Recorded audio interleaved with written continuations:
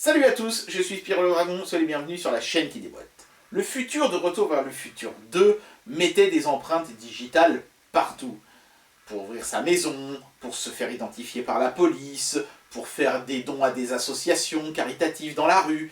Et finalement, en 2018, 3 ans après le pseudo-futur de Retour vers le futur 2, on s'aperçoit que l'empreinte digitale, à part sur les smartphones, elle n'est presque présente nulle part. C'est pourtant un moyen efficace, l'empreinte digitale, d'identifier les gens.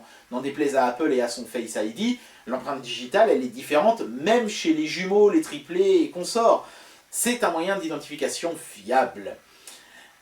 Du coup, aujourd'hui, je vous propose de tester un cadenas qui fonctionne avec l'empreinte digitale. Plus besoin de se souvenir d'un code, plus besoin d'avoir une petite clé qu'on finit toujours par perdre et après on ne sait plus comment ouvrir le cadenas. Tant que vous aurez votre doigt, vous pourrez l'ouvrir celui-là. C'est parti pour le test. Le point positif avec ce cadenas, c'est qu'il a été conçu comme un cadenas justement, et pas comme un appareil de high-tech, tout bête. Parce qu'il y avait déjà eu un cadenas d'une autre entreprise avant celui-ci, qui lisait les empreintes, mais il y avait des petites vis sur le dessous façon iPhone qu'il suffisait de dévisser pour ouvrir l'engin et le déverrouiller. Donc ça enlevait tout l'intérêt de la chose. Celui-ci n'a pas ce problème-là, il est vraiment conçu comme un cadenas, avec une sécurité renforcée, nous dit cette petite icône. On nous dit aussi que l'objet est étanche, donc ça veut dire que vous pouvez vous en servir en extérieur, il ne craint pas les intempéries, c'est une bonne chose. La batterie dure 2 ans, ce qui évidemment est important aussi, parce que s'il faut recharger ce truc-là tous les 15 jours, ce serait une contrainte assez lourdingue, et donc le lecteur d'empreintes remplace les clés ou les codes nécessaires sur les cadenas traditionnels. L'emballage est vraiment très joli, Très chouette expérience d'unboxing. On tombe tout de suite sur le cadenas qui est bien calé dans un bloc de mousse et qui fait vraiment du poids. Le machin m'inspire tout de suite confiance. C'est plutôt bon signe. Sous cette cale de carton, on a le câble de recharge. C'est du micro USB. Je ne sais pas si on va arriver à voir. Voilà, c'est pas de l'USB type C. Bon, c'est dommage, mais bon, c'est comme ça. L'USB type C, ça a encore un petit peu de mal sur les appareils comme ça, relativement bon marché à s'imposer. Mais ça va venir. Je reste persuadé que c'est le format du futur. Donc on a le petit manuel qui est très important parce que, évidemment, c'est un peu compliqué, notamment de resetter le cadenas. Pour ça, il faudra avoir d'abord confirmé qu'on est bien son possesseur en l'ouvrant avec son empreinte. Donc, notice qui est indispensable, qui est uniquement en anglais malheureusement, mais qu'il ne faudra surtout pas perdre parce que sans elle, vous ne pourrez plus vous souvenir de comment on fait pour effacer les empreintes, en enregistrer de nouvelles et tout ça. Donc attention à cette notice de ne pas la perdre. Et puis ici, il y a une petite carte de garantie et de quality check.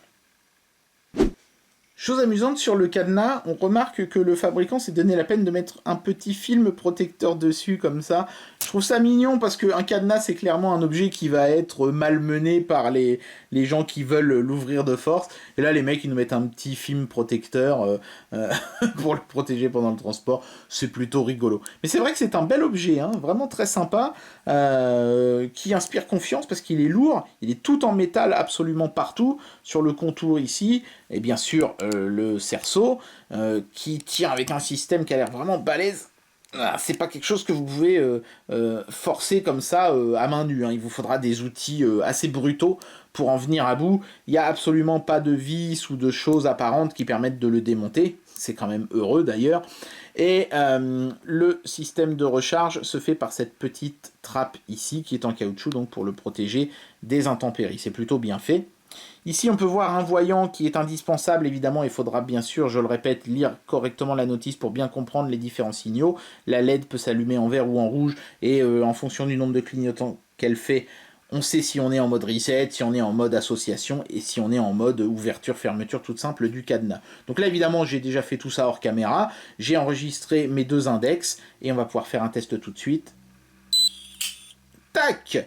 C'est rapide, ça fait un petit bip et le truc s'ouvre, c'est motorisé, donc il n'y a même pas besoin de tirer dessus, c'est vraiment super efficace.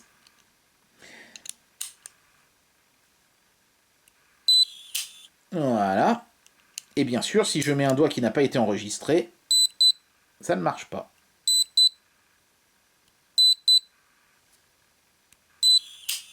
Voilà. Donc, le côté pratique de la chose, c'est que vous n'avez plus besoin de vous souvenir d'une combinaison ou de penser à prendre les clés du cadenas avec vous.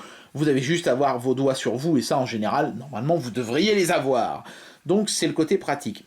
Évidemment, il y a aussi l'interrogation de qu'est-ce qui se passe quand il n'y a plus de batterie. Est-ce que je peux plus ouvrir mon cadenas et je suis feinté, je suis bloqué? Est-ce que je dois le brancher et attendre 1 heure que la batterie soit rechargée avant de pouvoir à nouveau m'en servir? Non.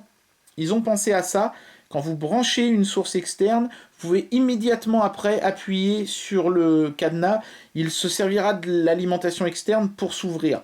Par contre, vous ne pourrez le faire qu'une fois. C'est-à-dire qu'après, si vous le refermez, là, vous serez obligé d'attendre que la batterie soit à nouveau chargée pour pouvoir continuer de vous en servir. Et ça, c'est une sécurité pour éviter que vous vous serviez du cadenas alors que la batterie est vide.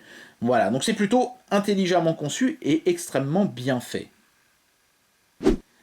Amenons une conclusion rapide à ce petit cadenas et donnons-lui une petite note. En termes de sécurité, je suis rassuré, on est face à un produit qui est vraiment manifestement très solide, qui ne lit que les bonnes empreintes et qui se bloque vraiment parfaitement bien sur les fausses et qui a une bonne autonomie, donc on ne sera pas embêté d'un point de vue sécuritaire. De toute façon, même s'il n'y a plus de batterie dans l'objet, il reste fermé, hein, soyez rassurés, il ne va pas s'ouvrir sous prétexte qu'il n'y a plus de courant, hein, on n'est pas dans Die Hard. Hein.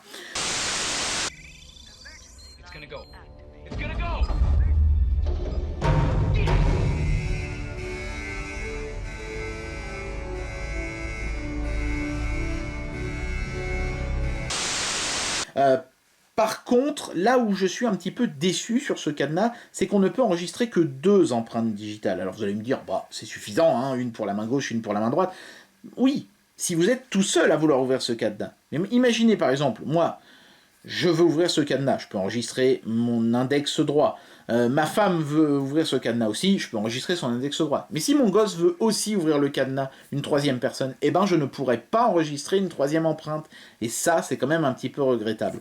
Pour ce défaut qui est quand même assez gênant, je vais enlever une étoile entière au produit. Messieurs, il faudrait prévoir de pouvoir enregistrer, allez, on va dire au moins 5 empreintes. Je pense que ça serait quand même le minimum qu'on est en droit d'attendre d'un tel produit. Et là, franchement, ce serait un sans faute, parce que c'est vraiment un très bel objet. Et bien voilà, c'était le test de ce cadenas à lecture d'empreintes digitales. J'espère vraiment que ce procédé va se généraliser sur d'autres types d'appareils, parce que l'empreinte digitale est vraiment quelque chose qui a beaucoup de potentiel. Les clés, ça commence un petit peu à être vieillot, et puis ça se copie une clé en plus. En tout cas, j'espère que cette vidéo vous aura plu, et moi je vous dis à très bientôt pour un prochain test. Allez, tchuss!